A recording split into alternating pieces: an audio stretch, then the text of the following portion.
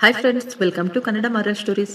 ರೀ, ನೀವು ಇಷ್ಟೊಂದು ದೊಡ್ಡ ರೆಸ್ಟೋರೆಂಟ್ಗೆ ನನ್ನನ್ನು ಯಾಕೆ ಕರೆದುಕೊಂಡು ಬಂದಿದ್ದೀರಾ? ಜನರೆಲ್ಲ ನಮ್ಮನ್ನು ನೋಡಿ ಏನಂತಾರೆ? ಈ ವಯಸ್ಸಾದ ಮುದುಕ ಮುದುಕಿ ಇಷ್ಟು ದೊಡ್ಡ ರೆಸ್ಟೋರೆಂಟ್ಗೆ ಬಂದು ಊಟ ಮಾಡ್ತಾ ಇದ್ದಾರೆ ನೋಡು, ಅದು ಕೂಡ ಎಷ್ಟೊಂದು ದುಡ್ಡನ್ನು ಕೊಟ್ಟು.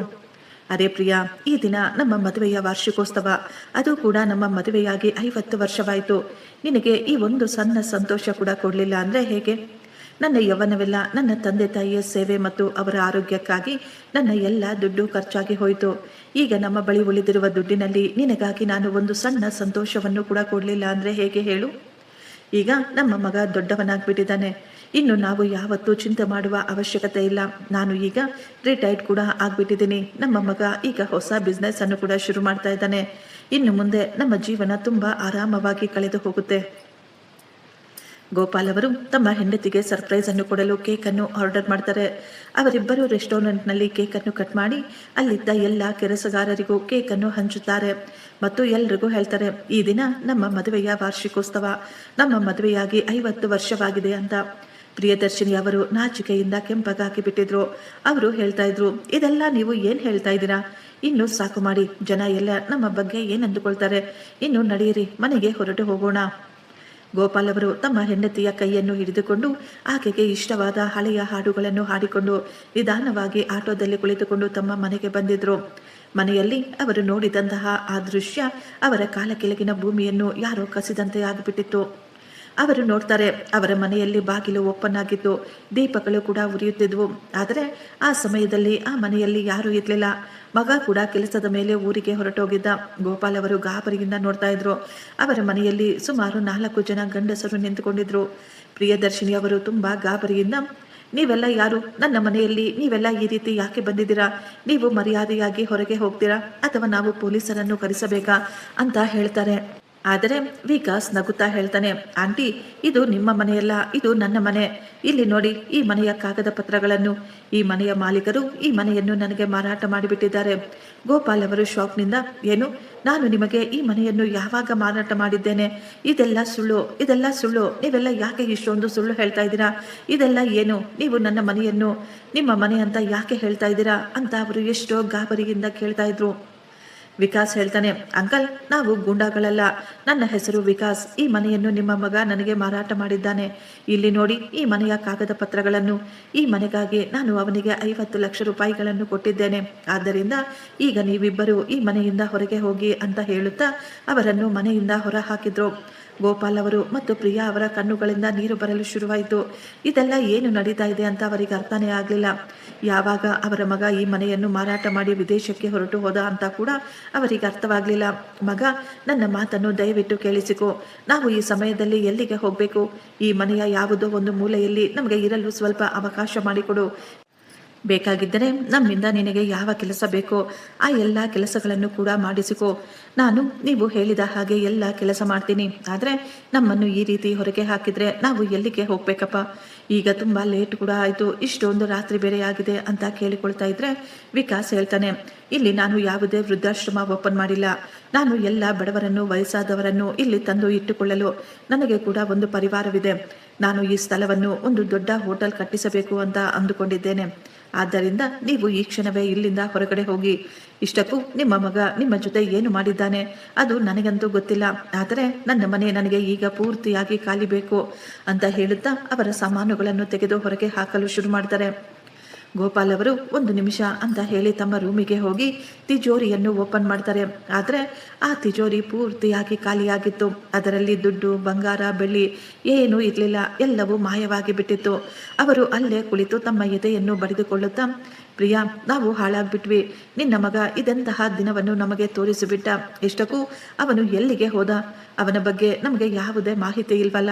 ಅವನು ನಮ್ಮನ್ನು ದೋಚಿಕೊಂಡು ಇಲ್ಲಿಂದ ಓಡಿ ಹೋಗಿದ್ದಾನೆ. ಅವನು ಮಗನಾಗಿ ತನ್ನ ಕರ್ತವ್ಯವನ್ನು ಎಷ್ಟೊಂದು ಚೆನ್ನಾಗಿ ನಿಭಾಯಿಸಿದ್ದಾನೆ ನೋಡಿದ್ಯಾ?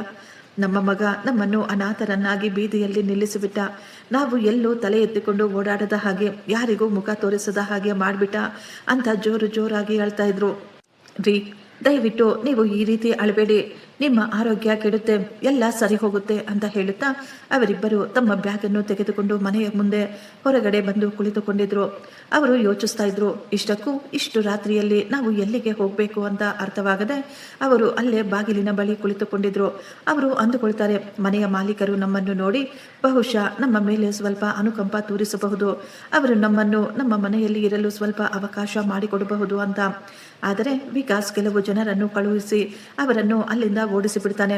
ಪ್ರಿಯಾ ಅವರು ಹೇಳ್ತಾರೆ, ಈಗ ನಾವು ಎಲ್ಲಿಗೆ ತಾನೇ ಹೋಗಬೇಕು?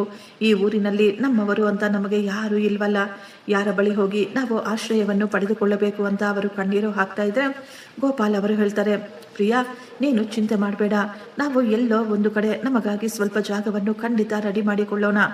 ಸ್ವಲ್ಪ ಸಮಯ ಯೋಚಿಸಿ ಗೋಪಾಲ್ ಅವರು ಹೇಳ್ತಾರೆ, ಪ್ರಿಯಾ ಈ ನಗರದಲ್ಲಿ ನನಗೆ ಒಬ್ಬ ಹಳೆಯ ಗೆಳೆಯನಿದ್ದಾನೆ, ಬಹುಶಃ ಇಂತಹ ಸಮಯದಲ್ಲಿ ಅವನು ನಮಗೆ ಸ್ವಲ್ಪ ಸಹಾಯ ಮಾಡಬಹುದೇನೋ, ನಡಿ ಇಬ್ಬರು ಅವರ ಮನೆಗೆ ಹೋಗೋಣ ಎಂದು ಹೇಳುತ್ತಾ ಅವರಿಬ್ಬರು ಈಗ ತಮ್ಮ ಹಳೆಯ ಗೆಳೆಯ ರಾಘವೇಂದ್ರ ಅವರ ಮನೆಗೆ ಹೋಗ್ತಾರೆ.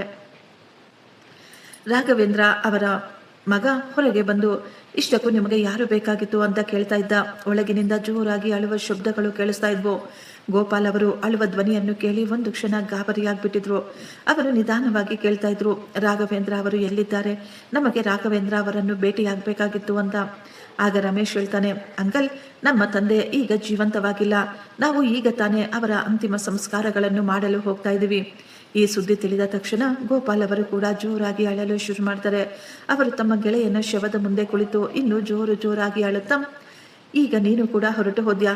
ನೀನು ನನಗೆ ಎಷ್ಟೋ ಬಾರಿ ಹೇಳಿದ್ದೆ ಅಲ್ವಾ, ನಿನಗೆ ನನ್ನ ಅವಶ್ಯಕತೆ ಇದ್ರೆ ನಾನು ಖಂಡಿತ ನಿನ್ನ ಜೊತೆ ನಿಂತುಕೊಳ್ತೀನಿ ಅಂತ. ನನಗೆ ಈ ದಿನ ನಿನ್ನ ಅವಶ್ಯಕತೆ ಇದೆ, ಆದರೆ ನಿನ್ನಿಂದ ಈ ದಿನ ಎದ್ದೇಳಲು ಕೂಡ ಸಾಧ್ಯವಾಗೋದಿಲ್ವಲ್ಲೋ ಅಂತ ಆಳ್ತಾ ಇದ್ರು. ರಾಘವೇಂದ್ರ ಅವರ ಅಂತಿಮ ಸಂಸ್ಕಾರಗಳನ್ನು ಮುಗಿಸಿಕೊಂಡು ಗೋಪಾಲ್ ಮತ್ತು ಪ್ರಿಯಾ ಅವರು ಆ ಮನೆಯಿಂದ ಹೊರಡಬೇಕಾದ್ರೆ ರಮೇಶ್ ಹೇಳ್ತಾನೆ, ಅಂಕಲ್ ನಿಮ್ಗೇನಾದರೂ ತೊಂದರೆ ಇದೆಯಾ? ಇಲ್ಲ ಮಗ, ಆ ರೀತಿ ಏನೂ ಇಲ್ಲ ಅಂತ ಹೇಳುತ್ತಾ ಅವರು ಆ ಮನೆಯಿಂದ ಹೊರಗಡೆ ಹೋಗಲು ಮುಂದಾಗ್ತಾರೆ. ಆದರೆ ರಮೇಶ್ ಹೇಳ್ತಾ ಇದ್ದ, ಅಂಕಲ್ ನೀವು ನನ್ನನ್ನು ನಿಮ್ಮ ಮಗ ಅಂತ ಅಂದುಕೊಳ್ಳಿ, ಈ ಸಮಯದಲ್ಲಿ ಅಪ್ಪ ಇಲ್ಲದಿರಬಹುದು, ಆದರೆ ನಿಮಗೆ ಈ ಮನೆಯಲ್ಲಿ ಅಪ್ಪನಿಗೆ ಇರುವಷ್ಟು ಗೌರವ ಇದೆ. ನೀವು ನನ್ನನ್ನು ನಿಮ್ಮ ಮಗ ಅಂದುಕೊಂಡು ದಯವಿಟ್ಟು ನಿಮ್ಮ ಕಷ್ಟವನ್ನು ನನ್ನ ಬಳಿ ಹೇಳಿ. ಮಗ ಎನ್ನುವ ಶಬ್ದ ಕೇಳಿ ಗೋಪಾಲ್ ಅವರ ಕಣ್ಣುಗಳಲ್ಲಿ ನೀರು ತುಂಬಿ ಬಂದಿತ್ತು. ಅವರು ಸ್ವಲ್ಪ ಸಮಯ ಯೋಚಿಸಿ ನಂತರ ನಿಧಾನವಾಗಿ ಹೇಳ್ತಾರೆ, ಮಗ ನಾನು ಇಲ್ಲಿ ನಿನ್ನ ತಂದೆಯ ಬಳಿ ಸಹಾಯವನ್ನು ಕೇಳಲು ಬಂದಿದ್ದೆ. ಯಾಕೆಂದರೆ ನನ್ನ ಮಗ ನನಗೆ ಗೊತ್ತಿಲ್ಲದೆ ನನ್ನ ಮನೆಯನ್ನು ಮಾರಾಟ ಮಾಡಿಬಿಟ್ಟಿದ್ದಾನೆ. ನಾವು ಈಗ ಬೀದಿಯಲ್ಲಿ ನಿಂತುಕೊಂಡಿದ್ದೇವೆ. ನಾನು ಅಂದುಕೊಂಡಿದ್ದೆ ರಾಘವೇಂದ್ರ ನನಗೇನಾದರೂ ಸ್ವಲ್ಪ ಸಹಾಯ ಮಾಡಬಹುದು ಅಂತ, ಆದರೆ ಅವನು ಈಗ ಜೀವಂತವಾಗಿ ಇಲ್ಲ. ಅಪ್ಪ ಈಗ ಜೀವಂತವಾಗಿಲ್ಲ ಅಂದರೆ ಏನಾಯಿತು ಅಂಕಲ್? ನಾನು ಇದ್ದೀನಲ್ಲ, ನನ್ನ ಕೈಲಾದ ಎಲ್ಲ ಸಹಾಯವನ್ನು ನಾನು ನಿಮಗೆ ಮಾಡ್ತೀನಿ. ನೀವು ನನ್ನ ಮನೆಯನ್ನು ನಿಮ್ಮ ಮನೆ ಅಂತಾನೆ ಅಂದುಕೊಳ್ಳಿ. ನೀವು ಆರಾಮವಾಗಿ ನನ್ನ ಮನೆಯಲ್ಲಿ ಇರಬಹುದು. ನಿಮಗೆ ಇಲ್ಲಿ ಯಾವುದೇ ರೀತಿಯ ತೊಂದರೆಯಾಗುವುದಿಲ್ಲ ಅಂತ ಹೇಳ್ತಾರೆ. ನನ್ನ ಸ್ವಂತ ರಕ್ತವನ್ನು ಹಂಚಿಕೊಂಡು ಹುಟ್ಟಿದ ಮಗನೇ ನನ್ನವನಾಗಲಿಲ್ಲ, ಆದರೆ ನೀನು ಎಷ್ಟೋ ಆಪ್ಯಾಯತೆಯಿಂದ ನನ್ನ ಜೊತೆ ಮಾತನಾಡಿದೆ ಅಂದರೆ, ಮಗ ನಾವು ಇರಲು ಸ್ವಲ್ಪ ಸ್ಥಳ ಕೊಟ್ಟರೆ ಸಾಕು, ನಾವು ತಿನ್ನಲು ಕುಡಿಯಲು ನಾನು ಹೇಗೋ ಕಷ್ಟಪಟ್ಟು ಸಂಪಾದನೆ ಮಾಡ್ಕೊಳ್ತೀನಿ ಅಂತ ಹೇಳ್ತಾರೆ. ರಮೇಶ್ ತಕ್ಷಣ ಹೇಳ್ತಾನೆ, ನೀವು ನನ್ನನ್ನು ಒಂದು ಕಡೆ ಮಗ ಅಂತ ಕರಿತಾ ಇದ್ದೀರಾ, ಮತ್ತೊಂದು ಕಡೆ ನನ್ನನ್ನು ಹೊರಗಿನವರ ರೀತಿ ನೋಡ್ತಾ ಇದ್ದೀರಾ. ಅಂಕಲ್ ನಮ್ಮ ಮನೆಯಲ್ಲಿ ಗೆಸ್ಟ್ ರೂಮ್ ಖಾಲಿ ಇದೆ, ನೀವು ಒಪ್ಪಿಕೊಂಡರೆ ಅಲ್ಲಿ ಇರಬಹುದು ಅಂತ ಹೇಳ್ತಾನೆ. ಗೋಪಾಲ್ ಮತ್ತು ಪ್ರಿಯಾ ಅವರು ಇಬ್ಬರು ತಮ್ಮ ಸಾಮಾನುಗಳನ್ನು ತೆಗೆದುಕೊಂಡು ಆ ರೂಮಿನಲ್ಲಿ ಇರಲು ಹೋಗ್ತಾರೆ. ಅಂಕಲ್ ನಿಮಗೆ ಕೆಲಸ ಸಿಗುವವರೆಗೂ, ನೀವು ಹೊಸ ಕೆಲಸವನ್ನು ಹುಡುಕಿಕೊಳ್ಳುವವರೆಗೂ ನೀವು ಇಲ್ಲಿ ಆರಾಮವಾಗಿರಿ. ಇಷ್ಟಕ್ಕೂ ಈ ವಯಸ್ಸಿನಲ್ಲಿ ಈ ಸ್ಥಿತಿಯಲ್ಲಿ ಯಾರಾದರೂ ಕೆಲಸ ಮಾಡ್ತಾರಾ? ಮಕ್ಕಳ ಜವಾಬ್ದಾರಿ ತಮ್ಮ ತಂದೆ ತಾಯಿಯನ್ನು ಈ ವಯಸ್ಸಿನಲ್ಲಿ ನೋಡಿಕೊಳ್ಳುವುದು. ಆದರೆ ಪರವಾಗಿಲ್ಲ ಬಿಡಿ ಅಂಕಲ್, ನೀವು ಈ ಮನೆಯನ್ನು ನಿಮ್ಮ ಮನೆ ಅಂತಾನೆ ಅಂದುಕೊಳ್ಳಿ. ನಡೀರಿ, ಏನಾದರೂ ಸ್ವಲ್ಪ ಊಟವನ್ನು ಮಾಡುವ. ಅಂಕಲ್ ನಿಮ್ಮೊಳಗೆ ನನ್ನ ತಂದೆಯ ನೆನಪು ಕಾಣಿಸ್ತಾ ಇದೆ, ನನಗೆ ಅನ್ನಿಸ್ತಾ ಇದೆ ನಮ್ಮ ತಂದೆ ಮತ್ತೆ ವಾಪಸ್ ಬಂದಿದ್ದಾರೆ ಅಂತ. ನಡೀರಿ ಅಂಕಲ್, ನೀವು ಮೊದಲು ಊಟ ಮಾಡಿ. ನೀವು ಯಾವಾಗಿನಿಂದ ಊಟ ಮಾಡಿಲ್ವೋ ಏನೋ ಅಂತ ಕೇಳಿಕೊಳ್ತಾ ಇದ್ದ ರಮೇಶ್. ಗೋಪಾಲ್ ಅವರು ಎಷ್ಟೋ ಪ್ರೀತಿಯಿಂದ, ಮಗ ನೀನು ಕೇಳಿದರೆ ನಾನು ಖಂಡಿತ ಊಟ ಮಾಡ್ತೀವಿ, ಆದರೆ ಈಗ ಸದ್ಯಕ್ಕೆ ನನ್ನಿಂದ ಏನು ತಿನ್ನಲು ಆಗೋದಿಲ್ಲ ಮಗ ಅಂತ ಹೇಳ್ತಾ ಇದ್ರು. ಅಂಕಲ್ ನನಗೆ ಎಲ್ಲವೂ ಅರ್ಥವಾಗುತ್ತೆ. ಈ ಕ್ಷಣದಲ್ಲಿ ನಿಮ್ಮ ಮನಸ್ಸಿನಲ್ಲಿ ಏನು ನಡೀತಾ ಇದೆ, ನಿಮಗೆ ಏನು ಅನ್ನಿಸುತ್ತಿದೆ ಅಂತ. ನಿಮ್ಮ ಮಗ ನಿಮಗೆ ಕೊಟ್ಟ ಗಾಯಗಳು ಇಷ್ಟು ಬೇಗ ಅದು ವಾಸಿಯಾಗುವುದಲ್ಲ. ರಮ್ಯಾ ಬೇಗ ಅಂಕಲ್ ಮತ್ತು ಆಂಟಿಗಾಗಿ ಊಟವನ್ನು ರೆಡಿ ಮಾಡು ಅಂತ ತನ್ನ ಹೆಂಡತಿಗೆ ಹೇಳ್ತಾನೆ ರಮೇಶ್. ರಮ್ಯಾ ಗಂಡನನ್ನು ಪಕ್ಕಕ್ಕೆ ಕರೀತಾಳೆ. ರೀ, ಒಂದು ನಿಮಿಷ ಹೊರಗೆ ಬರ್ತೀರಾ? ನೀವು ಇದೆಂತಹ ಭಿಕ್ಷುಕರನ್ನು ಮನೆಯಲ್ಲಿ ಇಟ್ಟುಕೊಳ್ಳಲು ನೋಡ್ತಾ ಇದ್ದೀರಾ? ನನ್ನಿಂದ ನನ್ನ ಕೆಲಸವನ್ನೇ ಮಾಡಿಕೊಳ್ಳಲು ಸಾಧ್ಯವಾಗುವುದಿಲ್ಲ. ಈಗ ಈ ಇಬ್ಬರು ವಯಸ್ಸಾದವರಿಗೆ ನಾನು ಅಡಿಗೆಯನ್ನು ಕೂಡ ಮಾಡಿ ಹಾಕಬೇಕಾ? ಇನ್ನು ಈಗ ತಾನೇ ನಿಮ್ಮ ತಂದೆಯ ಜವಾಬ್ದಾರಿ ನಮ್ಮ ತಲೆಯ ಮೇಲಿಂದ ಇಳಿದಿದೆ. ಸಂಬಂಧಿಕರಿಗೆ ಎಲ್ಲವನ್ನೂ ಮಾಡಿ ನನಗೂ ಕೂಡ ತುಂಬ ಸುಸ್ತಾಗ್ತಾ ಇದೆ. ಅಷ್ಟರಲ್ಲೇ ಇವರ ಸೇವೆಗಳನ್ನು ನನಗೆ ಹೊರಿಸುತ್ತಿದ್ದೀರಾ? ನಮ್ಮ ಮನೆಯೇನು ಅನಾಥಾಶ್ರಮ ಅಥವಾ ವೃದ್ಧಾಶ್ರಮ ಅಂತ ಅಂದುಕೊಂಡು ಬಿಟ್ಟಿದ್ದೀರಾ? ಬೀದಿಯಲ್ಲಿ ಇರುವವರಿಗೆಲ್ಲ ನಾನು ಊಟವನ್ನು ಬಡಿಸಲು? ರಮ್ಯಾ, ನಿನಗೆ ನಾಚಿಕೆ ಆಗೋದಿಲ್ವಾ? ನೀನು ಇದೆಂಥ ಮಾತುಗಳನ್ನು ಮಾತನಾಡ್ತಾ ಇದೀಯಾ? ಇವರು ನನ್ನ ತಂದೆಯ ಗೆಳೆಯರು. ನಮಗೆ ಗೊತ್ತಾ ಅವರು ನಿಮ್ಮ ತಂದೆಯ ಗೆಳೆಯರು ಹೌದು ಅಲ್ವೋ ಅಂತ? ನಾವು ಇಲ್ಲಿ ಈ ಊರಿನಲ್ಲಿ ಯಾವಾಗಿನಿಂದ ಇದ್ದೇವೆ? ನಾವು ಅವರನ್ನು ಯಾವಾಗಾದರೂ ನೋಡಿದ್ದೇವಾ? ನಾವು ಇನ್ನೂ ಕೇವಲ 1 ವರ್ಷದ ಮೊದಲು ಮಾತ್ರ ಇಲ್ಲಿಗೆ ಬಂದಿದ್ದೇವೆ ಅಷ್ಟೇ. ಆಗ ರಮೇಶ್ ಹೇಳ್ತಾನೆ, ಪಾಪ ಅಂಕಲ್ ಎಷ್ಟು ಟೆನ್ಷನ್ನಲ್ಲಿದ್ದಾರೆ. ಅವರ ಮಗ ಅವರ ಮನೆಯನ್ನು ಅವರಿಂದ ಕಸಿದುಕೊಂಡಿದ್ದಾನೆ. ಅವನು ಮನೆಯನ್ನು ಮಾರಾಟ ಮಾಡಿ ಎಲ್ಲೋ ಓಡಿ ಹೋಗಿದ್ದಾನೆ ಅನ್ಸುತ್ತೆ. ಆ ದೇವರಿಗೆ ಗೊತ್ತಾಗಬೇಕು ಈಗಿನ ಕಾಲದಲ್ಲಿ ಮಕ್ಕಳು ಇದು ಯಾವ ರೀತಿ ಬುದ್ಧಿ ಕಲಿಯುತ್ತಿದ್ದಾರೋ ಏನೋ ಅಂತ. ನನಗೆ ಈ ಮಾತುಗಳನ್ನು ಯೋಚಿಸಿ ತುಂಬ ಭಯವಾಗ್ತಾ ಇದೆ ಗೊತ್ತಾ? ರಮೇಶ್, ನಿಮ್ಮನ್ನು ಮುಟ್ಟಾಳರನ್ನಾಗಿಸುವುದು ತುಂಬ ಸುಲಭದ ಮಾತು. ಯಾರಾದರೂ ಬಂದು ಏನಾದರೂ ಒಂದು ದುಃಖಭರಿತ ಮಾತುಗಳನ್ನು ಹೇಳಿದ್ರೆ ಸಾಕು, ನೀವು ಅವರನ್ನು ನಂಬಿಬಿಡ್ತೀರಾ. ನನ್ನಿಂದ ಯಾವ ಕೆಲಸನೂ ಮಾಡಲು ಸಾಧ್ಯವಾಗೋದಿಲ್ಲ. ನಾನು ಇವರಿಗಾಗಿ ಅಡುಗೆಯನ್ನು ಮಾಡೋದಿಲ್ಲ. ನೀವು ಯಾವುದಾದರೂ ಒಂದು ಸಣ್ಣ ಕೆಲಸವನ್ನಾದರೂ ಮಾಡಿದ್ದೀರಾ? ಯಾವಾಗ ನೋಡಿದ್ರೂ ಕೇವಲ ಆದೇಶಗಳನ್ನು ಮಾಡ್ತಾ ಇರ್ತೀರಾ. ನಾನೇನಾದರೂ ನಿಮ್ಮ ಕೈಗೊಂಬೆ ಅಂದುಕೊಂಡು ಬಿಟ್ರಾ? ಯಾವಾಗ ನೋಡಿದ್ರೂ ನನ್ನ ಮೇಲೆ ಆದೇಶವನ್ನು ಹೊರಡಿಸಲು ಏನು ಅವಶ್ಯಕತೆ ಇದೆ ನೀವು ಈ ರೀತಿ ಶ್ರವಣಕುಮಾರನಾಗಲು? ರಮ್ಯಾ ಮಾತು ಕೇಳಿ ರಮೇಶ್ಗೆ ತುಂಬ ಕೋಪ ಬಂದು ಬಿಟ್ಟಿತ್ತು. ಅವನು ರಮ್ಯಾಳ ಕೆನ್ನೆಗೆ ಜೋರಾಗಿ ಹೊಡಿತಾನೆ. ರಮ್ಯಾ ಎಷ್ಟೊಂದು ಜೋರಾಗಿ ಈ ಮಾತುಗಳನ್ನೆಲ್ಲ ಹೇಳ್ತಾ ಇದ್ವು ಅಂದರೆ ರೂಮಿನಲ್ಲಿ ಕುಳಿತಿದ್ದ ಅವರಿಗೂ ಕೂಡ ಆಕೆಯ ಮಾತುಗಳು ನೀಟಾಗಿ ಕೇಳಿಸ್ತಾ ಇದ್ವು. ಅವರಿಬ್ಬರು ಏನು ಮಾತನಾಡದೆ ಸೈಲೆಂಟ್ ಆಗಿ ತಮ್ಮ ಸಾಮಾನುಗಳನ್ನು ತೆಗೆದುಕೊಂಡು ಹೊರಗಡೆ ಹೊರಟೋಗ್ತಾರೆ. ರಮೇಶ್ ಈಗ ಗೆಸ್ಟ್ ರೂಮಿಗೆ ಹೋಗಿ ನೋಡಿದಾಗ ಗೋಪಾಲ್ ಅವರು ಅಲ್ಲೆಲ್ಲೂ ಕಾಣಿಸ್ಲಿಲ್ಲ. ರಮೇಶ್ ತಕ್ಷಣ ಹೊರಗೆ ಓಡಿ ಬಂದು ಜೋರಾಗಿ ಕಿರುಚುತ್ತಾನೆ, ಅಂಕಲ್ ಒಂದೇ ಒಂದು ನಿಮಿಷ ನನ್ನ ಮಾತನ್ನು ಕೇಳಿಸ್ಕೊಳ್ಳಿ. ಅವನು ತಕ್ಷಣ ಅವರ ಕಾಲಿನ ಮೇಲೆ ಬಿದ್ದು, ಅಂಕಲ್, ನನ್ನ ಹೆಂಡತಿಯ ಕಡೆಯಿಂದ ನಾನು ನಿಮ್ಮ ಬಳಿ ಕ್ಷಮಾಪಣೆ ಕೇಳ್ತಾ ಇದ್ದೀನಿ. ಆದರೆ ನಾನು ನಿಮಗಾಗಿ ಏನಾದರೂ ಮಾಡಲೇಬೇಕು ಅಂತ ಅಂದುಕೊಳ್ತಾ ಇದ್ದೀನಿ. ನನ್ನ ಗೆಳೆಯನ ಒಂದು ಬಟ್ಟೆ ಅಂಗಡಿ ಇದೆ. ನಾನು ಅವನ ಜೊತೆ ಮಾತನಾಡಿದ್ದೇನೆ. ನೀವು ಅಲ್ಲಿ ಕೆಲಸವನ್ನು ಮಾಡಬಹುದು. ನಿಮ್ಮ ಊಟದ ವ್ಯವಸ್ಥೆ ಕೂಡ ಅಲ್ಲಿ ನಡೆದು ಹೋಗುತ್ತೆ. ಮತ್ತು ಬರುವ ಸಂಬಳದಲ್ಲಿ ನೀವು ಸಣ್ಣದಾಗಿ ಒಂದು ಬಾಡಿಗೆ ಮನೆಯನ್ನು ಮಾಡಿಕೊಂಡು ಇರಬಹುದು ಅಂತ ಹೇಳ್ತಾನೆ. ಆಯಿತು ಮಗ, ನೀನು ಹೇಳಿದ ಹಾಗೇನೇ ಆಗಲಿ. ನೀನು ಈ ಕೆಲಸವನ್ನೇನಾದರೂ ನಮಗಾಗಿ ಮಾಡಿಕೊಟ್ರೆ ನಿನ್ನ ಋಣವನ್ನು ನಾವು ಯಾವತ್ತೂ ಮರೆಯೋದಿಲ್ಲ ಅಂತ ಹೇಳ್ತಾರೆ ಗೋಪಾಲ್ ಅವರು. ರಮೇಶ್ ತನ್ನ ಗೆಳೆಯನ ಬಳಿ ಫೋನ್ ಮಾಡಿ ಅಂಕಲ್ ಕೆಲಸಕ್ಕಾಗಿ ವಿಚಾರಿಸುತ್ತಾನೆ. ಅಂಕಲ್, ಅವನ ಅಂಗಡಿ ಊರಿನಿಂದ ಸ್ವಲ್ಪ ದೂರವಿದೆ. ನಿಮಗೇನು ತೊಂದರೆ ಇಲ್ಲ ತಾನೆ ಅಂತ ಕೇಳಿದಾಗ, ಇಲ್ಲ ಮಗ, ಜೀವನ ಈ ದಿನವನ್ನು ನನಗೆ ತೋರಿಸಿರ್ಬೇಕಾದ್ರೆ ಈ ನಗರದಲ್ಲಿ ಇದ್ದು ನಾನು ಇನ್ನೂ ಏನು ತಾನೇ ಮಾಡಬೇಕು. ಈಗ ಈ ನಗರದಲ್ಲಿ ಇರಲು ನನಗೆ ಮನಸ್ಸು ಕೂಡ ಒಪ್ಪಿಕೊಳ್ತಾ ಇಲ್ಲ ಅಂತ ಹೇಳ್ತಾರೆ. ರಮೇಶ್ ಈಗ ಅವರಿಗೆ ಅಂಗಡಿಯ ಅಡ್ರೆಸ್ ಅನ್ನು ಕೊಡ್ತಾನೆ. ಗೋಪಾಲ್ ಅವರಿಗೆ ಬಟ್ಟೆ ಅಂಗಡಿಯಲ್ಲಿ ಕೆಲಸ ಕೂಡ ಸಿಗುತ್ತೆ. ಅವರು ತುಂಬ ಕಷ್ಟಪಟ್ಟು ನಿಷ್ಠೆಯಿಂದ ಕೆಲಸ ಮಾಡ್ತಾ ಇದ್ರು. ಅವರು ಎಲ್ಲ ಗ್ರಾಹಕರ ಹೃದಯವನ್ನು ಸಹ ಬೇಗ ಗೆದ್ದು ಬಿಟ್ಟಿದ್ರು. ಬಟ್ಟೆಗಳನ್ನು ಕೊಂಡುಕೊಳ್ಳಲು ಬರುವವರಿಗೆ ಎಷ್ಟೋ ಪ್ರೀತಿಯಿಂದ ಬಟ್ಟೆಗಳನ್ನು ತೋರಿಸುತ್ತಿದ್ದರು. ಅವರು ಮಾತನಾಡುವ ಶೈಲಿ ಎಷ್ಟೊಂದು ಸುಂದರವಾಗಿತ್ತು ಅಂದರೆ ಕಸ್ಟಮರ್ಗಳು ಅವರನ್ನು ನೋಡಿ ತುಂಬ ಮೆಚ್ಚಿಕೊಳ್ತಾ ಇದ್ರು.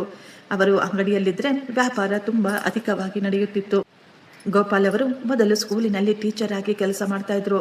ಅವರು ಮಕ್ಕಳಿಗೆ ತುಂಬ ಪ್ರೀತಿಯಾಗಿ ಅರ್ಥ ಮಾಡಿಸ್ತಾ ಇದ್ರು. ಈ ದಿನ ಅವರ ಮಾತಿನ ಚಾಕಚಕ್ಯತೆ ವ್ಯಾಪಾರದಲ್ಲಿ ಕೂಡ ಅವರಿಗೆ ಸಹಾಯ ಮಾಡ್ತಾ ಇತ್ತು. ಅವರು ಬಂದ ಮೇಲೆ ಅಂಗಡಿಯಲ್ಲಿ ವ್ಯಾಪಾರ ಇನ್ನೂ ಸ್ವಲ್ಪ ಹೆಚ್ಚಾಗಿತ್ತು. ಅಂಗಡಿಯ ಮಾಲೀಕರು ಗೋಪಾಲ್ ಅವರನ್ನು ನೋಡಿ ತುಂಬ ಸಂತೋಷ ಪಡ್ತಾ ಇದ್ರು. ಅಂಗಡಿಯ ಪಕ್ಕದಲ್ಲಿಯೇ ಒಂದು ಸಣ್ಣ ಮನೆಯನ್ನು ಬಾಡಿಗೆಗೆ ಪಡೆದುಕೊಂಡು ಗೋಪಾಲ್ ಅವರು ಅಲ್ಲಿ ವಾಸವಿದ್ದರು.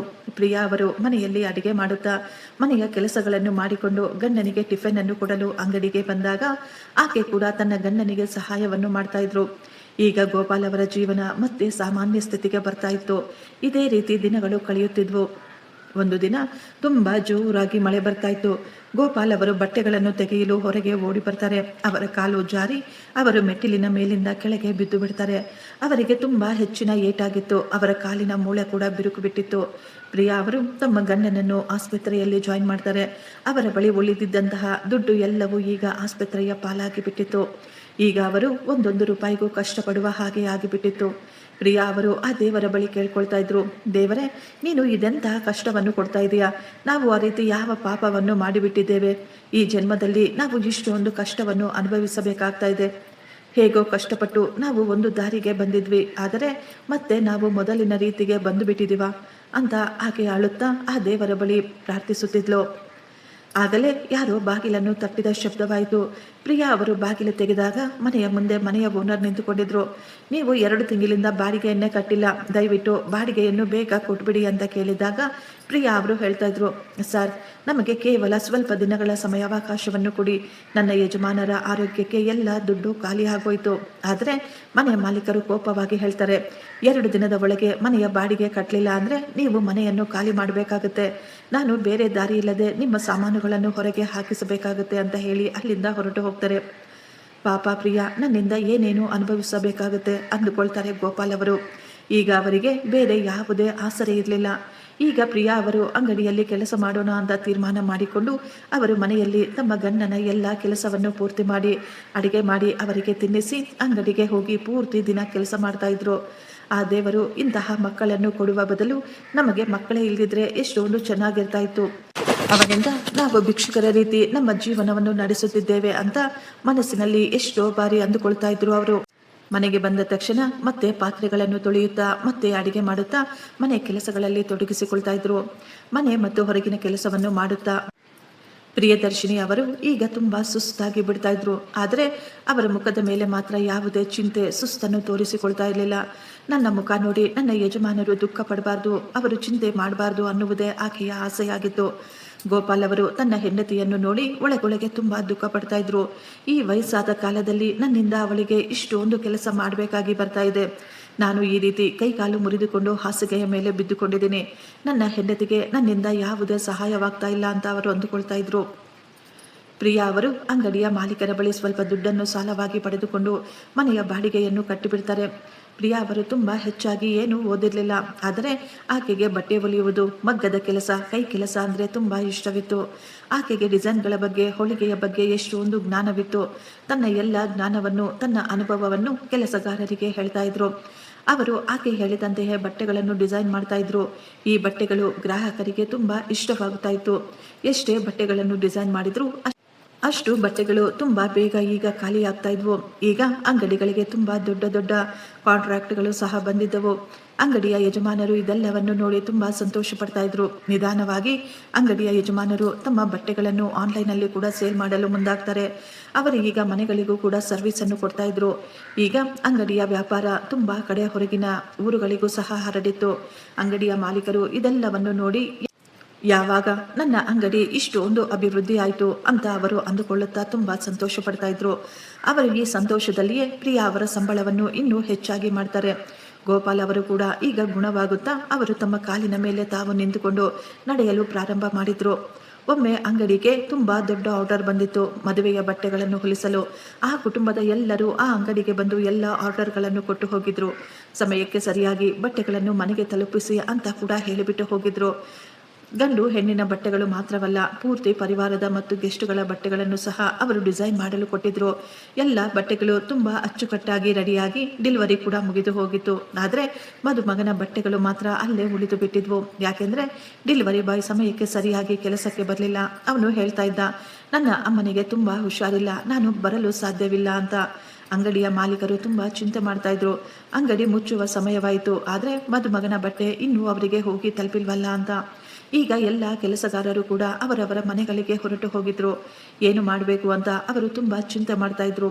ಆಗಲೇ ಅವರಿಗೆ ನೆನಪು ಬರುತ್ತೆ, ಅಂಗಡಿಯ ಪಕ್ಕದಲ್ಲಿ ಗೋಪಾಲ ಮತ್ತು ಪ್ರಿಯಾ ಅವರ ಮನೆ ಇದೆ ಅಂತ. ಅಂಗಡಿಯ ಮಾಲೀಕರು ಈಗ ಗೋಪಾಲ್ ಅವರಿಗೆ ಫೋನ್ ಮಾಡಿ ಹೇಳ್ತಾರೆ, ಈ ಅಡ್ರೆಸ್ಗೆ ಮದುಮಗನ ಬಟ್ಟೆಗಳನ್ನು ತಲುಪಿಸಬೇಕು. ಈ ದಿನ ಡೆಲಿವರಿ ಬಾಯ್ ಕೂಡ ಬಂದಿಲ್ಲ, ನಿಮಗೇನು ತೊಂದರೆ ಇಲ್ಲದಿದ್ರೆ ನೀವು ತಲುಪಿಸುತ್ತೀರಾ ಅಂತ ಕೇಳಿದಾಗ ಗೋಪಾಲ್ ಅವರು ಹೇಳ್ತಾರೆ, ಅಯ್ಯೋ ಇದರಲ್ಲೇನಿದೆ ಸರ್, ಈ ದಿನ ಯಾರದ್ದೋ ಜೀವನದ ತುಂಬ ಮುಖ್ಯವಾದ ದಿನ, ನಾನು ಖಂಡಿತ ನಿಮ್ಮ ಕೆಲಸವನ್ನು ಮಾಡ್ತೀನಿ. ನಾನು ಅವರಿಗೆ ಅವರ ವಸ್ತುವನ್ನು ಹೋಗಿ ತಲುಪಿಸುತ್ತೇನೆ. ಇಷ್ಟಕ್ಕೂ ಈ ಅಡ್ರೆಸ್ ಇಲ್ಲಿಂದ ತುಂಬ ದೂರ ಕೂಡ ಇಲ್ಲ ಅಂತ ಹೇಳುತ್ತಾ ಗೋಪಾಲ್ ಅವರು ಡೆಲಿವರಿ ಬಾಯ್ ಆಗಿ ಮದುಮಗನ ಬಟ್ಟೆಗಳನ್ನು ಕೊಡಲು ಮಂಟಪಕ್ಕೆ ಹೋಗ್ತಾರೆ. ಅವರು ಅಲ್ಲಿ ನೋಡಿದ ದೃಶ್ಯ ಅವರ ಕಾಲ ಕೆಳಗಿನ ಭೂಮಿ ಕುಸಿದಂತೆ ಆಗ್ಬಿಟ್ಟಿತ್ತು. ಅಲ್ಲಿನ ದೃಶ್ಯವನ್ನು ನೋಡಿ ಅವರು ಅಲ್ಲೇ ನೆಲದ ಮೇಲೆ ಕುಸಿದು ಬಿದ್ದಿದ್ರು. ಇದೆಲ್ಲ ಏನು, ಈ ಮದುವೆ ಯಾರದ್ದು, ನಾನು ತಪ್ಪಾದ ಸ್ಥಳಕ್ಕೆ ಬಂದಿಲ್ಲ ತಾನೆ ಅಂತ ಅವರು ಈಗ ಅಡ್ರೆಸ್ ಅನ್ನು ನೋಡಿಕೊಳ್ತಾರೆ. ಇಲ್ಲ, ನಾನು ಸರಿಯಾದ ಜಾಗಕ್ಕೆ ಬಂದಿದ್ದೇನೆ. ಗೋಪಾಲ್ ಅವರ ಎದುರುಗಡೆ ಅವರ ಮಗ ನಿಂತುಕೊಂಡಿದ್ದ. ತನ್ನ ಮಗನನ್ನು ಈ ರೀತಿ ನೋಡಬಹುದು ಅಂತ ಆತ ಊಹೆ ಕೂಡ ಮಾಡಿರಲಿಲ್ಲ. ಅವರು ಶಾಕ್ನಿಂದ ಹಾಗೆಯೇ ಕುಳಿತುಕೊಂಡಿದ್ರು. ಅವರಿಗೆ ಈಗ ಸಂತೋಷನೂ ಆಗಲಿಲ್ಲ, ದುಃಖನೂ ಆಗಲಿಲ್ಲ. ಸಂತೋಷ್ ಅಲ್ಲಿ ಕೆಲಸಗಾರರ ಮೇಲೆ ತುಂಬಾ ಜೋರಾಗಿ ಕೋಪವಾಗಿ ಕೂಗಾಡ್ತಾ ಇದ್ದ. ಇನ್ನು ನನ್ನ ಬಟ್ಟೆಗಳೇ ಬಂದಿಲ್ಲ, ನಾನು ಹೇಗೆ ತಾನೇ ಮದುವೆ ಮಾಡಿಕೊಳ್ಳಲು ಸಾಧ್ಯ? ಈ ಮದುವೆ ಯಾವುದೇ ಕಾರಣಕ್ಕೂ ನಿಂತು ಹೋಗಬಾರ್ದು. ನಿಮಗೆ ಚೆನ್ನಾಗಿ ಗೊತ್ತಲ್ವಾ ನಾನು ಯಾರ ಅಳಿಯ ಆಗ್ತಾ ಇದ್ದೀನಿ ಅಂತ. ನಾನು ನಿಮ್ಮ ಬಗ್ಗೆ ಕಂಪ್ಲೇಂಟ್ ಮಾಡಿದ್ರೆ ನಿಮ್ಮನ್ನು ಈ ಕ್ಷಣವೇ ಕೆಲಸದಿಂದ ತೆಗೆದು ಹಾಕ್ತಾರೆ ಅಂತ ಅವನು ಕೂಗಾಡ್ತಾ ಇದ್ದ. ಇಲ್ಲ ಯಜಮಾನ್ರೆ, ದಯವಿಟ್ಟು ಆ ರೀತಿ ಎಲ್ಲ ಹೇಳಬೇಡಿ.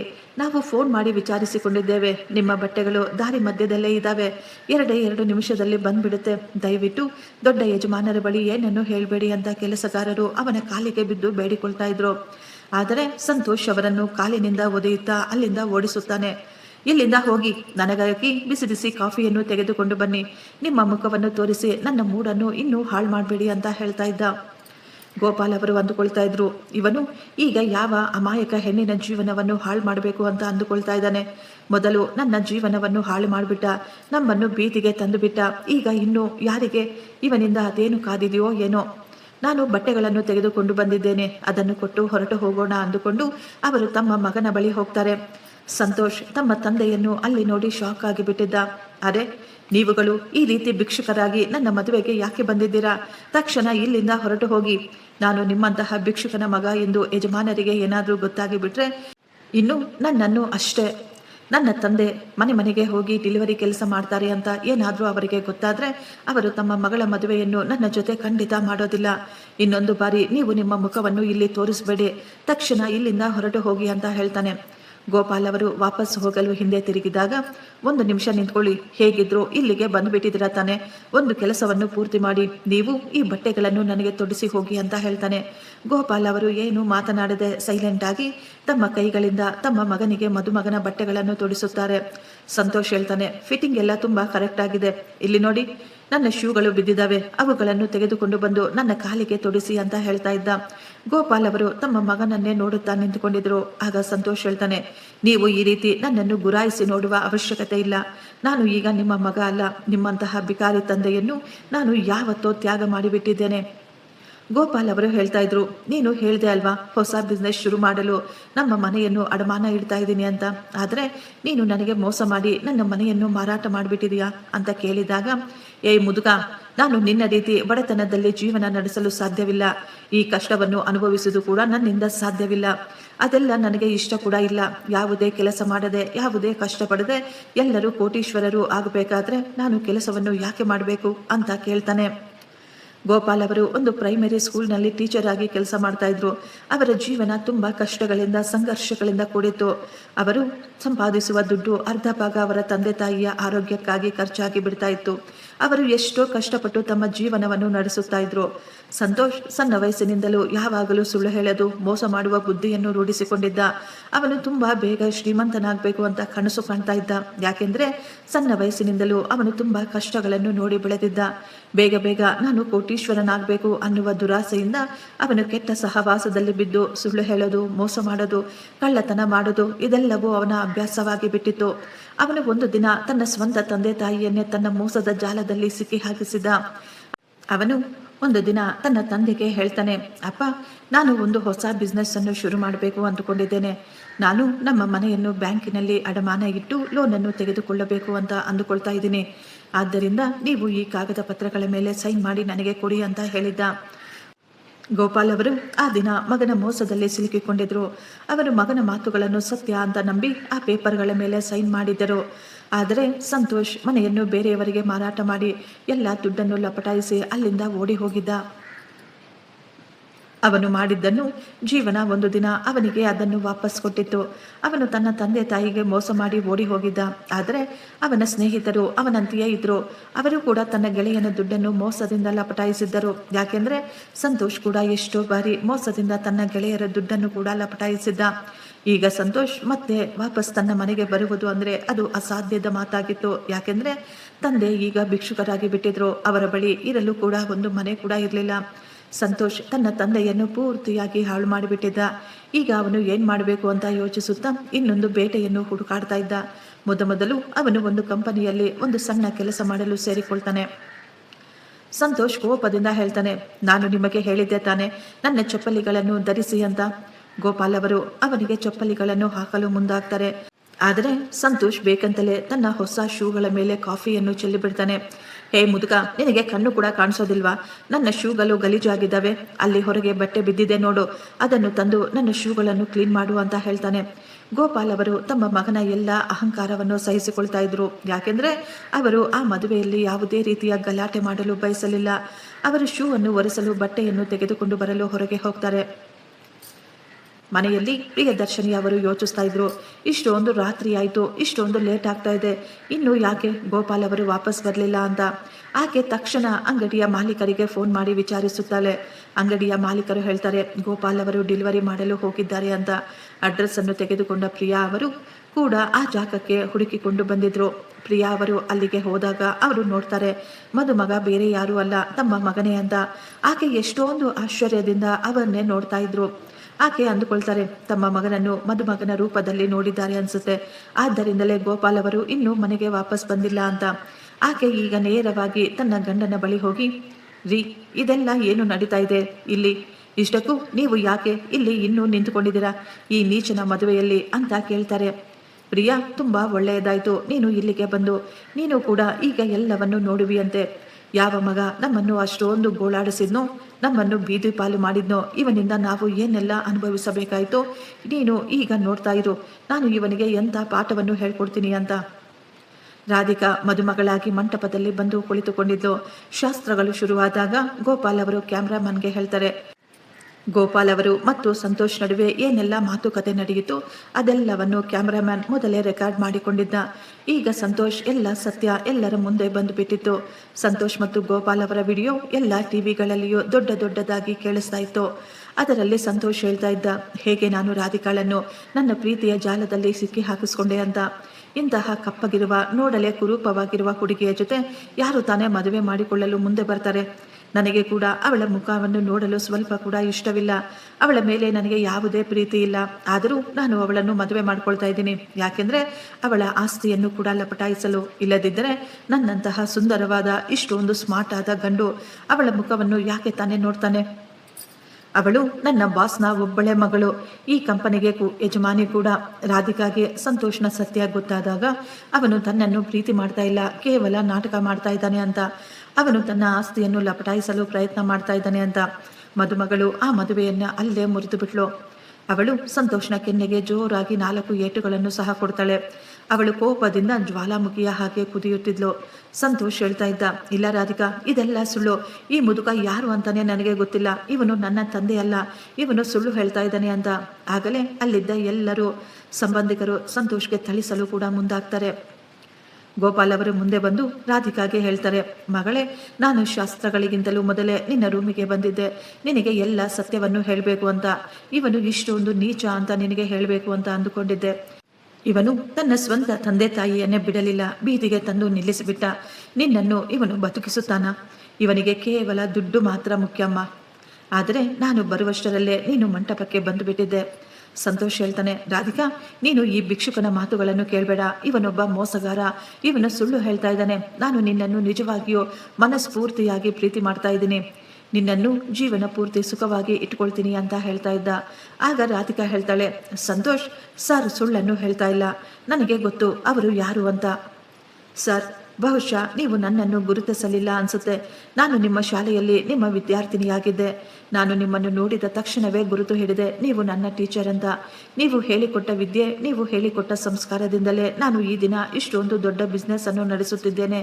ನಿಮ್ಮ ಮಾರ್ಗದರ್ಶನದಿಂದಲೇ ನಾನು ನನ್ನ ಜೀವನದಲ್ಲಿ ಇಷ್ಟೊಂದು ದೊಡ್ಡ ಹೆಸರನ್ನು ಗಳಿಸಲು ಸಾಧ್ಯವಾಯಿತು. ಸರ್, ನಿಮಗೆ ನೆನಪಿಲ್ಲ ಅನಿಸುತ್ತೆ, ಸ್ಕೂಲಿನ ಎಲ್ಲ ಮಕ್ಕಳು ನನ್ನ ಬಣ್ಣದ ಬಗ್ಗೆ ನನ್ನನ್ನು ತಮಾಷೆ ಮಾಡ್ತಾ ಇರಬೇಕಾದ್ರೆ ನೀವೇ ನನಗೆ ಹೇಳಿಕೊಟ್ರಿ, ನಿಜವಾದ ಸೌಂದರ್ಯ ಕೇವಲ ಮನಸ್ಸಿನಲ್ಲಿರುತ್ತೆ ಅಂತ. ಜೀವನದಲ್ಲಿ ನೀನು ಎಷ್ಟೊಂದು ಯಶಸ್ಸನ್ನು ಗಳಿಸಬೇಕು ಅಂದರೆ ನಿನ್ನ ಈ ಬಣ್ಣ ಯಾರ ಕಣ್ಣಿಗೂ ಕಾಣಿಸಬಾರ್ದು, ಕೇವಲ ನಿನ್ನ ಯಶಸ್ಸು ಮಾತ್ರ ಕಾಣಿಸಬೇಕು ಅಂತ ಹೇಳ್ಕೊಟ್ರಿ. ಆ ದಿನ ನೀವು ಹೇಳಿಕೊಟ್ಟ ಪಾಠ ನನಗೆ ಚೆನ್ನಾಗಿ ನೆನಪಿದೆ. ಗೋಪಾಲ್ ಅವರಿಗೆ ಈಗ ಸ್ವಲ್ಪವಾಗಿ ನೆನಪು ಬರ್ತಾ ಇತ್ತು. ಗೋಪಾಲ್ ಅವರು ಹೇಳ್ತಾ ಇದ್ರು, ನನ್ನ ಮಗ ನಾನು ಹೇಳಿಕೊಟ್ಟ ವಿದ್ಯೆಯನ್ನು ಸಂಸ್ಕಾರವನ್ನು ಕಲಿಯಲಿಲ್ಲ. ಅವನು ನನ್ನ ಗೌರವವನ್ನು ಮಣ್ಣುಪಾಲಿ ಮಾಡಿಬಿಟ್ಟ. ನಾನು ಯಾರ ಮುಂದೆಯೋ ತಲೆ ಎತ್ತಿಕೊಂಡು ಓಡಾಡದ ಹಾಗೆ ಅವಮಾನ ಮಾಡಿಬಿಟ್ಟ. ಆದರೆ ನೀನು ನನ್ನ ಹೆಸರನ್ನು ನನ್ನ ಗೌರವವನ್ನು ಉಳಿಸಿಬಿಟ್ಟೆ ಮಗಳೇ, ನೀನು ಯಾವಾಗಲೂ ಸಂತೋಷವಾಗಿರಬೇಕು ಅಂತ ಹೇಳಿ ಗೋಪಾಲ್ ಅವರು ತಮ್ಮ ವಿದ್ಯಾರ್ಥಿಗೆ ಎಷ್ಟೊಂದು ಆಶೀರ್ವಾದವನ್ನು ಮಾಡ್ತಾರೆ. ಗೋಪಾಲ್ ಅವರು ಅಲ್ಲಿದ್ದ ಎಲ್ಲರ ಮುಂದೆ ಕೈ ಜೋಡಿಸಿ ತಮ್ಮ ಮಗನ ನೀಚ ಕೃತ್ಯದ ಬಗ್ಗೆ ಕ್ಷಮಾಪಣೆಯನ್ನು ಕೇಳಿಕೊಳ್ತಾ ಇದ್ರು. ರಾಧಿಕಾ ತಕ್ಷಣ ಪೊಲೀಸರನ್ನು ಕರೆಸಿ ಸಂತೋಷನನ್ನು ಜೈಲಿಗೆ ಹಾಕಿಸ್ತಾಳೆ. ಸಂತೋಷ್ ತನ್ನ ತಂದೆಯ ಮುಂದೆ ಕೈ ಜೋಡಿಸಿ ಕ್ಷಮಾಪಣೆ ಹೇಳ್ತಾ ಇದ್ದ. ಅಪ್ಪ, ನನ್ನಂತಹ ನೀಚ ಮಗನಿಗೆ ಕ್ಷಮೆ ಕೇಳಲು ಕೂಡ ಅರ್ಹತೆ ಇಲ್ಲ. ಆದರೂ ದಯವಿಟ್ಟು ನನ್ನನ್ನು ಕ್ಷಮಿಸಿಬಿಡಿ. ನಾನು ಮಾಡಿದ ಎಲ್ಲ ಕೆಲಸಗಳಿಗೂ ನಾನು ತುಂಬ ಪಶ್ಚಾತ್ತಾಪ ಪಡ್ತಾ ಇದ್ದೀನಿ ಅಂತ ಹೇಳ್ತಾ ಇದ್ದ. ಆದರೆ ಗೋಪಾಲ್ ಅವರು ಮತ್ತು ಪ್ರಿಯಾ ಯಾವಾಗಲೂ ಅವನನ್ನು ತಮ್ಮ ಮನಸ್ಸು ಮತ್ತು ಮೆದುಳಿನಿಂದ ತೆಗೆದು ಹಾಕಿದ್ರು. ಗೋಪಾಲ್ ಅವರು ಮತ್ತು ಪ್ರಿಯಾ ಅವರು ಈಗ ಇಬ್ಬರು ಸೈಲೆಂಟ್ ಆಗಿ ತಮ್ಮ ಮನೆಗೆ ವಾಪಸ್ ಬಂದು ಬಿಟ್ಟಿದ್ದರು. ಆ ಗಂಡ ಹೆಂಡತಿ ತಮಗೆ ಗೊತ್ತಿರುವ ಎಲ್ಲ ಬುದ್ಧಿಯನ್ನು ಎಲ್ಲ ಜ್ಞಾನವನ್ನು ಬಳಸಿಕೊಂಡು ತುಂಬ ಕಷ್ಟಪಟ್ಟು ಕೆಲಸ ಮಾಡ್ತಾ ಇದ್ರು. ಅವರ ಕಷ್ಟ ಒಂದು ದಿನ ಅವರಿಗೆ ಸಫಲತೆಯನ್ನು ಕೂಡ ಕೊಟ್ಟಿತ್ತು. ಈಗ ಅವರ ಬಳಿ ಒಂದು ಸುಂದರವಾದ ಸಣ್ಣದಾದ ಮನೆ ಕೂಡ ಇತ್ತು. ಅವರು ತಮ್ಮಂತಹ ಕೈಲಾಗದ ಜನಗಳಿಗೂ ಕೂಡ ತಮ್ಮ ಕೈಲಾದಷ್ಟು ಸಹಾಯವನ್ನು ಮಾಡ್ತಾ ಇದ್ರು. ಇದೇ ಅವರ ಜೀವನದ ಉದ್ದೇಶವಾಗಿ ಬಿಟ್ಟಿದ್ದು. ಗೋಪಾಲ್ ಅವರು ಯಾವತ್ತೂ ದುಡ್ಡಿನ ಹಿಂದೆ ಓಡಲೇ ಇಲ್ಲ. ಅವರು ಇವತ್ತಿಗೂ ತುಂಬ ಸಾಧಾರಣವಾದ ಜೀವನವನ್ನೇ ನಡೆಸುತ್ತಿದ್ದರು. ಫ್ರೆಂಡ್ಸ್, ಈ ಸ್ಟೋರಿ ನಿಮಗೆ ಇಷ್ಟವಾಗಿದ್ದರೆ ಒಂದು ಲೈಕ್ ಮಾಡಿ ಮತ್ತು ನಮ್ಮ ಚಾನಲನ್ನು ಸಬ್ಸ್ಕ್ರೈಬ್ ಮಾಡಿಕೊಳ್ಳಿ. Thank you. ಧನ್ಯವಾದಗಳು.